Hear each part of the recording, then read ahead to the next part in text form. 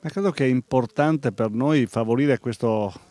coinvolgimento, sviluppo di questo patrimonio straordinario. 3.800 ville venete, unica realtà al mondo che abbia questa caratteristica particolare. Il problema qual è? Sono tante, sono belle, bisogna renderle interessanti, soprattutto per la loro bellezza, per la loro qualità e farle diventare un fattore economico.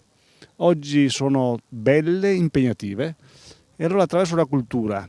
questa cultura che diventa economia, dobbiamo favorire il fatto che i nostri cittadini veneti, ma il mondo e anche attraverso l'Expo che oggi si avvicina a noi, abbia voglia e interesse a venire a visitare,